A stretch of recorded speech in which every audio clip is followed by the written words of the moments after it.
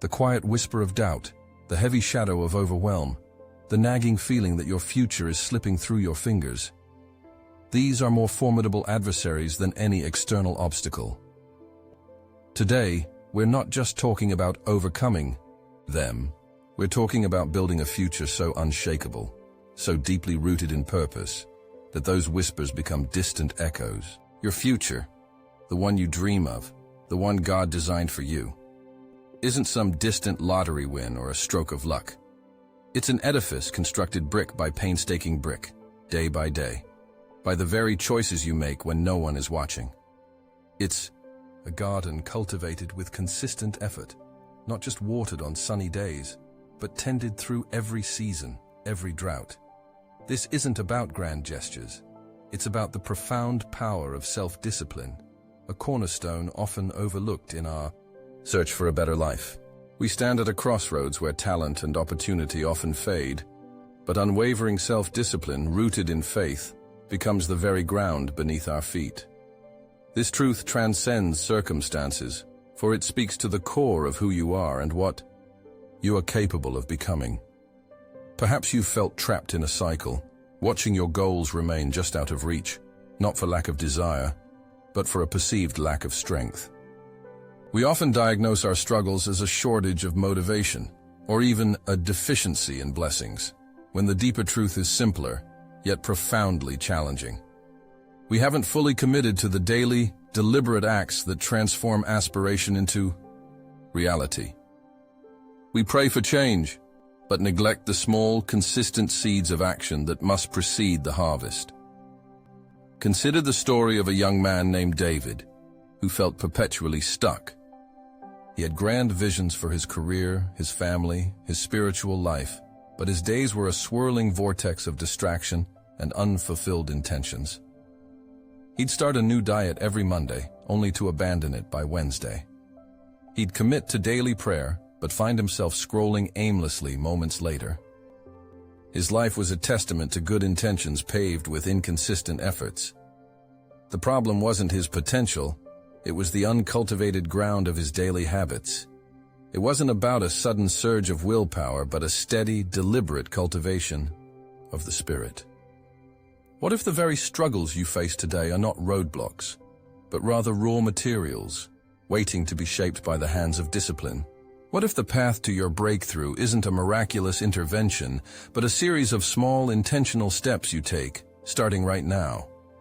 The transformation begins not with a roar, but with a quiet, decisive step. If this message resonates, if you feel that quiet stirring in your spirit, I invite you to join this journey of discovery. Share your initial thoughts in the comments below, and consider subscribing to stay connected as we uncover more truths that will empower you to build a life of purpose and peace. The first major hurdle we encounter on this path is the seductive allure of comfort. We crave ease, avoiding anything that stretches us, anything that feels like pain. But true growth, whether physical, mental, or spiritual, always happens at the edge of our comfort zone. Think of the analogy of a spiritual athlete. An athlete doesn't get stronger by avoiding the burn of the last rep, or the ache in their muscles, after a long run. They lean into it, understanding that discomfort is not a sign of failure, but a signal of progress, a clear indicator that their potential is being stretched. David, our anchor story, initially recoiled from any form of discomfort. He'd start exercising, feel the burn, and stop. He'd try to study, feel the mental strain, and switch to entertainment. His life was structured to avoid friction, and as a result, it remained stagnant. He realized that the pain he avoided was precisely the friction needed to ignite transformation. The Bible reminds us in Hebrews 12:11, "No discipline seems pleasant at the time, but painful. Later on, however, it produces a harvest of righteousness and peace for those who have been trained by it." This isn't just about physical pain. It's about the discomfort of delayed gratification, of choosing the harder right over the easier wrong, of saying no to immediate impulses for a greater future good. It's the discomfort of facing your own weaknesses, of admitting where you've fallen short and then choosing to push through anyway. This brings us to the second significant obstacle, The illusion of the big break. We often wait for a singular monumental event to change our lives.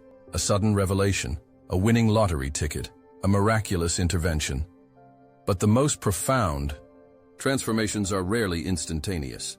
They are the cumulative result of countless small, seemingly insignificant decisions made consistently over time. This was a surprising revelation for David. He had always hoped for a light switch moment that would instantly transform his habits. He would tell himself, once I get that promotion, or once I lose 20 pounds, then he would be disciplined.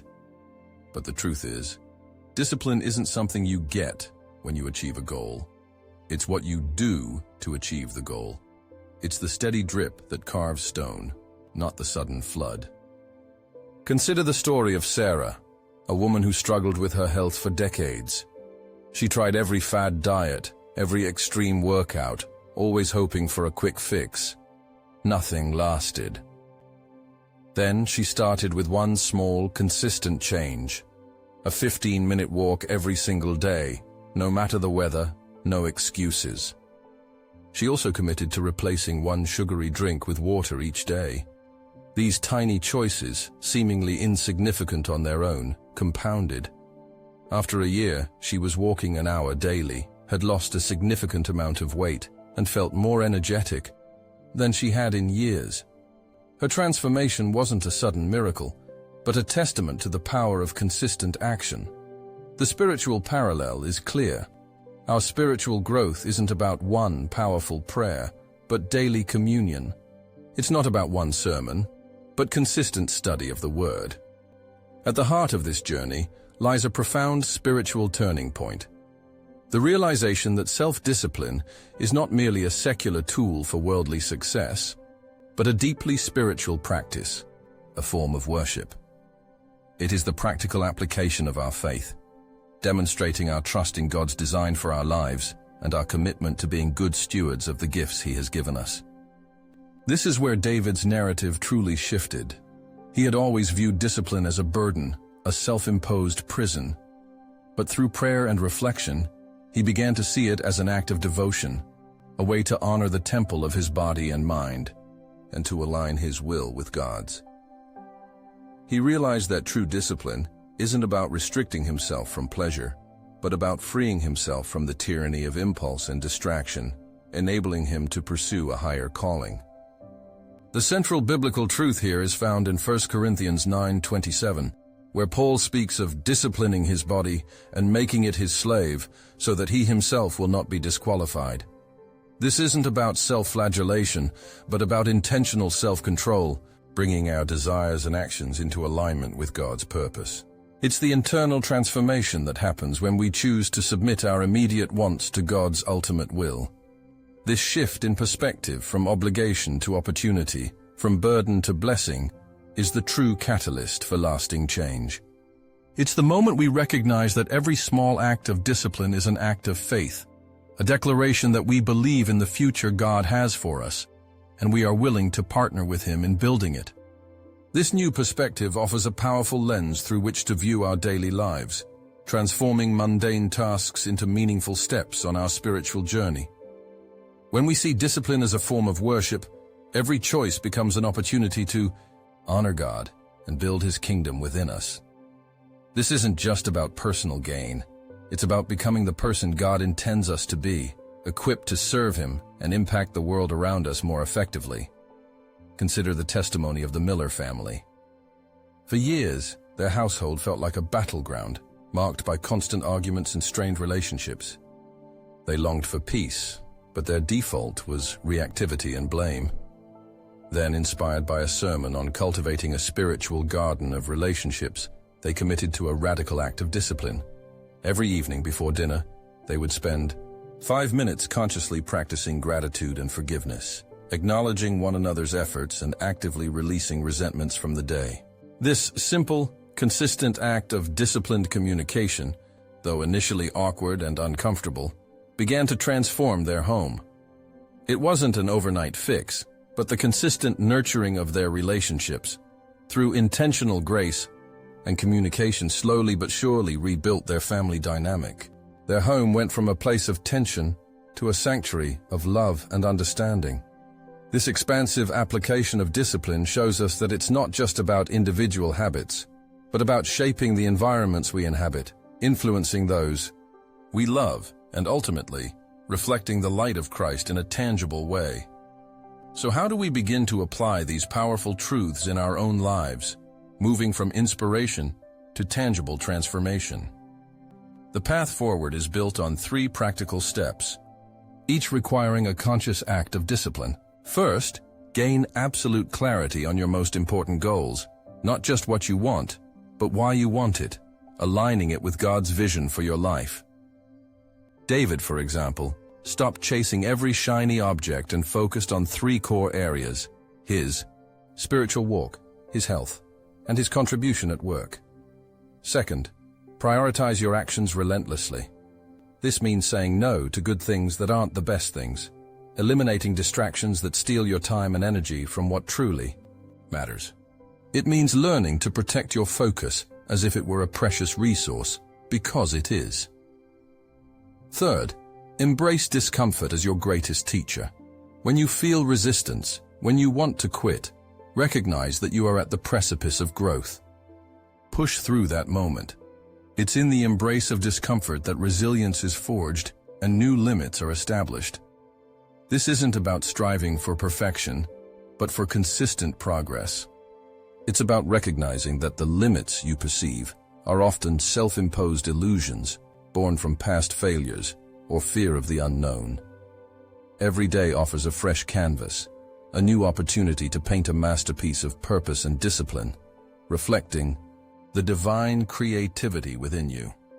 Are you ready to pick up the brush? The journey of self-discipline is not a sprint. It's a marathon of consistent, intentional effort, a daily pilgrimage towards the future God has purposed for you. It's the continuous application of self-control, accountability, and the wisdom of delayed gratification, transforming your deepest aspirations into undeniable achievements. Remember David, our anchor story. He didn't become a master of discipline overnight.